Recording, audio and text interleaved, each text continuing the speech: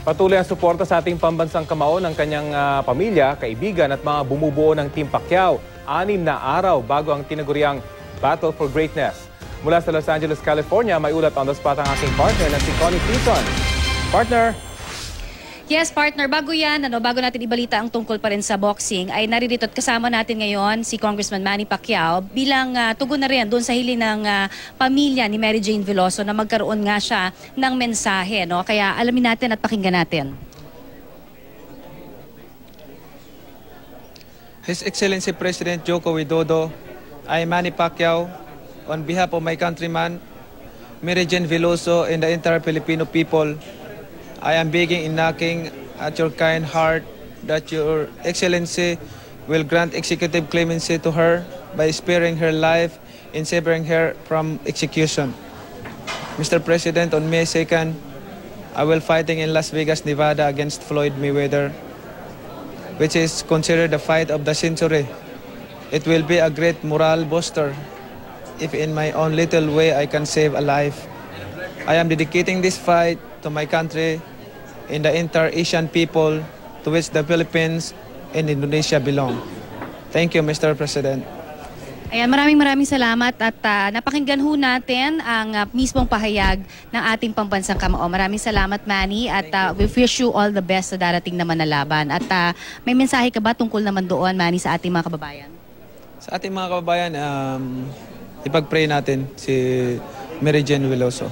Ipag-pray natin. Maraming salamat muli.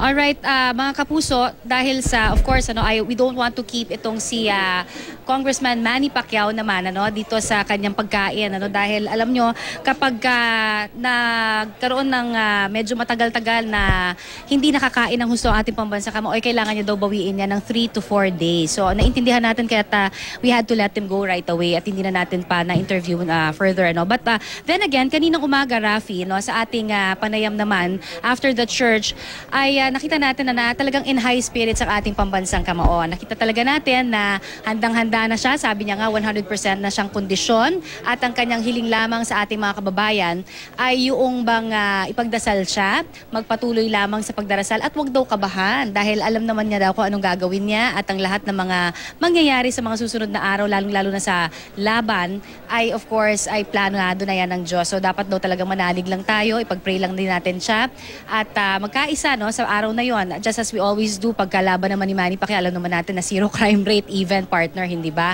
Kaya naman pakinggan ho natin ang ilan sa mga pahayag niya kaninang umaga. Gayon din ang pahayag naman ng kanyang ina na si Mommy D. Ukol pa rin doon sa ginagawa niyang suporta sa kanyang anak at ang pagdarasal, syempre pa na hindi nawawala sa kanilang pamilya. Pakinggan po natin ang kanilang pahayag.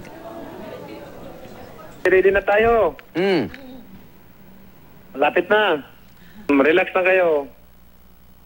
Pray niyo lang ako. Everything is fine if you have Jesus. Sa tingin ko, tiningnan ko siya, okay lang, okay man. Hindi lang niya alam, pero palagi ako, pag magpunta ko siya, ang tiningnan ko. Kung okay ba ang hiningi ko sa Panginoon. Ingat todo, support siya sa katawan niya, at ingat siya todo, at andyan naman ang Panginoon sa kanya nagagabay.